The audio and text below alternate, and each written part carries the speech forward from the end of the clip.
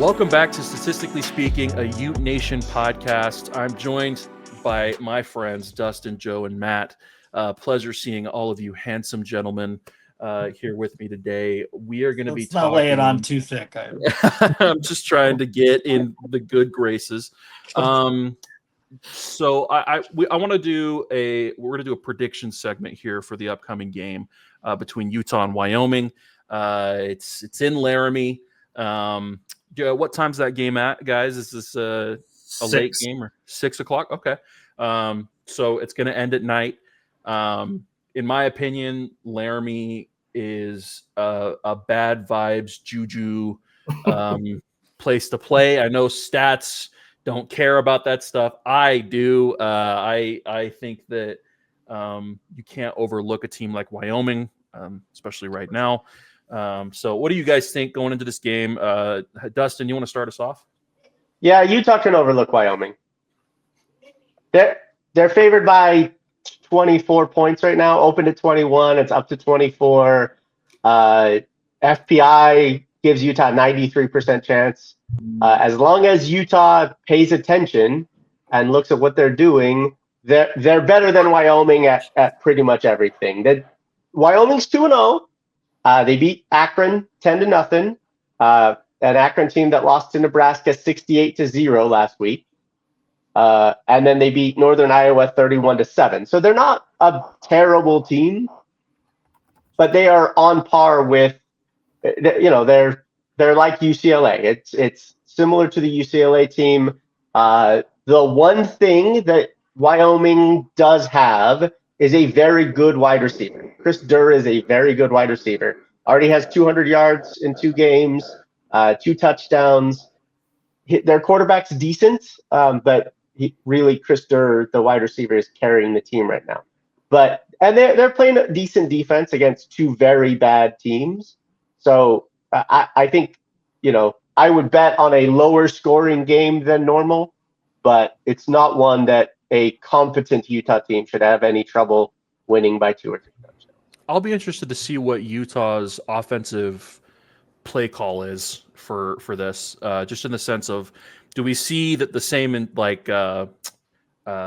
mixing it up as we had, like the same amount of just like kind of plays where everybody's touching the ball? Are we going to see the same thing going into this? Is it going to be a little bit more conservative, or like I don't know? Do you guys think we see kind of a similar thing going into this that we did last week, or? I think if you watched the game against Cal Poly, you're going to see a very similar game against Wyoming. I think Wyoming, listen, they got 3 returning starters on defense, and those 3 starters weren't exceptional either. And most of the transfers that they brought in are FCS and Division II community college JUCO type guys. So, I mean, we're talking about Akron 10-0 in that game, only 10 points against Akron. The offense is they brought back a few guys. I think 9 returning starters. The offensive line especially brought back most of those guys. Very good receiver, as we talked about. However, he's a slot receiver, so he's going to be getting a fair share of Benny and Snowden, and so I don't see him having a great game against Utah. I think this is going to be a big struggle for Wyoming, and actually their starting quarterback went down in the third quarter in their last game, had to leave the game. They're saying he's going to be back for this game, but he's clearly got some type of an upper body injury. And their offensive line surrendered 4 sacks against Northern Iowa. So you don't want to be giving up 4 sacks to an FCS team.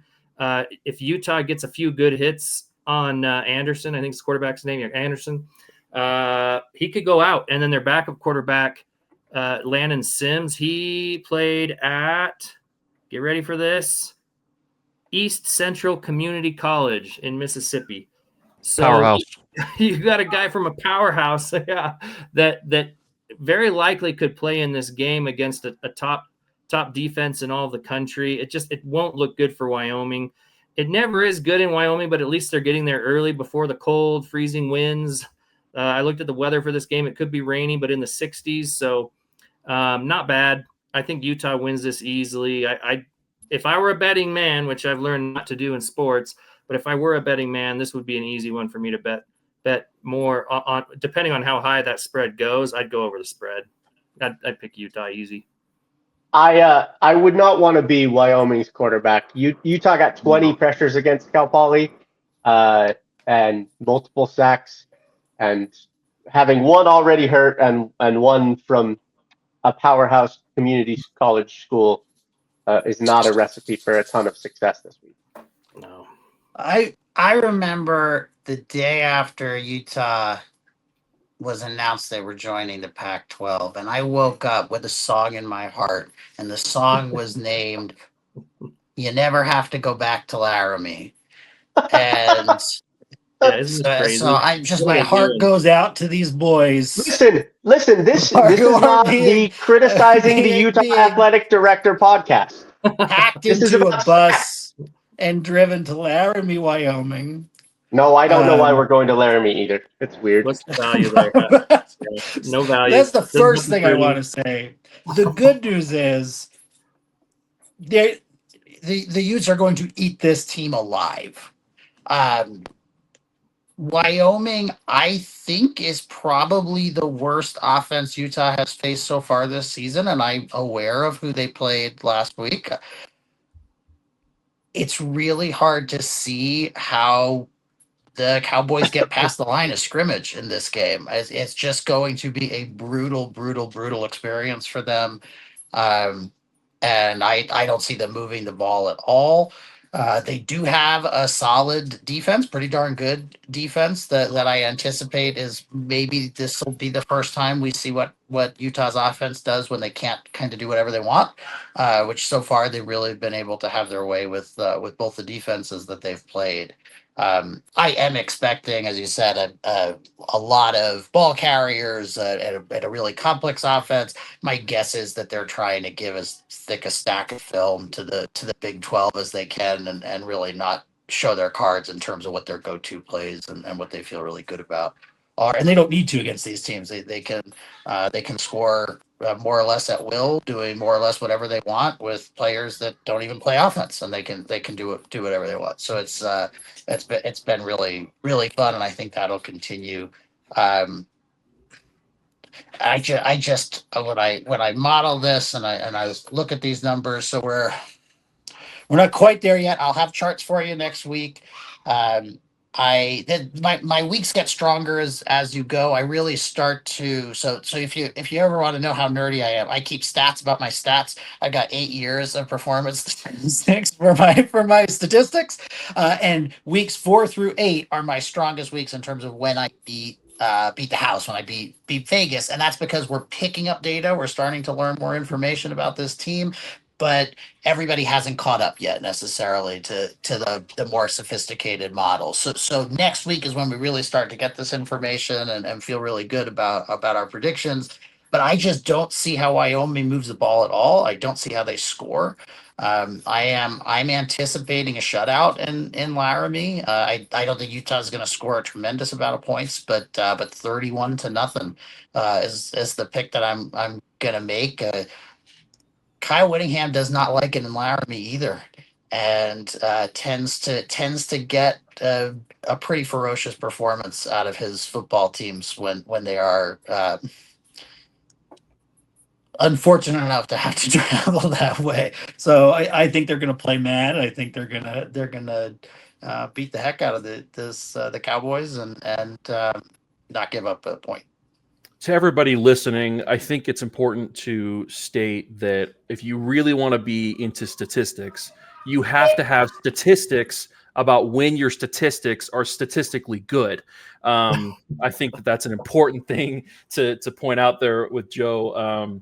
I appreciate that. So Joe just gave his score estimate. I feel like I was being pretty nice at the beginning of the episode here. I'm kind of on the other side of the coin. I kind of think it's cool that we're going back for this little jab in Laramie. I have no inkling that Wyoming's going to put up any sort of a fight. But I will say, like if something weird did happen, I just wouldn't be surprised because it's Laramie. And so It's like one of those places where Dampier puts up a ball and Merriweather, it slips out of his hand and it ends up in, a Wyoming safety's hands, and he takes it to the house for some weird I don't know, just weird stuff can happen, and so it wouldn't surprise me at all. But Joe gave his score prediction there. Dustin, Matt, I want to get your score predictions for this game as well. I think Matt, you might have mentioned it already, but if you could give it to us again, that'd be great. And I can give mine as well at the end here. Yeah, I'm going to go 52-10. So Wyoming scores a touchdown. Well, yeah, I feel bad. If I gave, Cal Poly got 9 points, like you said, this game's on the road. I don't know how motivated Utah's going to be. There could definitely be a late touchdown for Wyoming in this one as the third or fourth stringers are in. So I'll give them 52-10. Yeah, Wyoming's offense is probably the worst one Utah's seen. They're 106th or so in scoring and 70th or so in total offense. They do have a very good wide receiver, so I think he'll probably break free for one. So I'll give them a touchdown and a field goal. I think 10 is probably fair. I don't think Utah will score that much because I think Utah's going to run the ball. And Wyoming's defense is a little overrated. They're ranked about mid-20s, mid-30s in both total and scoring defense. They're not that good. They played two of the worst offenses. an FBS offense and Akron, which I think is, if not the worst offense in the country, they're very close to the worst offense in the country. But I think Kyle's going to want to get out of Laramie as fast as possible, which means running the ball a lot. So I think it'll be more like, say, 31-10. The real question is do we see Utah up by 40 at the half, Utah gets it at the half, and then Kyle onsides it? Do we see that happen? Has Wyoming's head coach said anything that would upset Kyle this week? I really hope. I feel like every Wyoming coach for forever has learned that lesson. Have to watch for it, yeah. Yeah. Okay, I think those are really good score predictions. Genuinely, I can give my prediction here. I messed up last week and I said that Cal Poly was going to score a touchdown. They didn't. Utah's defense, I shouldn't have doubted. But I do think that Wyoming gets a field goal. I think that they chuck a deep ball off a blown coverage and get into the red zone, and then Utah's defense clamps up. That's kind of what the pattern was last week. So I'm going to continue with that and say that's what's going to happen this week. I think Wyoming 3, Utah 65. I think that they swing the hammer down. So that's my score prediction. Scores. That's a very pretty higher than me. 3 out of 4 took the over. The over-under is like 45. I took the under. We all took Utah to beat the spread by a lot. And I think that's it's a reasonable pick, and we've seen that line move 3.5 points in just a few days. There's a lot of smart money going. Oh, this is a line I like, and putting a lot on it. That's why they have to keep moving that line up like that. Yeah. Well, guys, that's going to do it for us here at Statistically Speaking, a UteNation podcast. Those are our predictions for the upcoming game. Make sure you comment down below. Let us know what you think is going to happen for this Wyoming-Utah matchup. And if any of you have the guts to say that Wyoming's going to pull this off, I will like that comment just for the pure homer take right there. But no, I appreciate you, everyone. Make sure you like and subscribe. Also, we've got a little promo going on right now with UteNation. Go to UteNation.com. You can join that with promo code UTE50. You're going to be able to see a lot of good information there about the Utes, what's going on. A lot more information than you would get from average media outlets, I would say. So, yeah, thanks for watching, everybody. Have a great rest of your day. We'll catch you next time. See ya.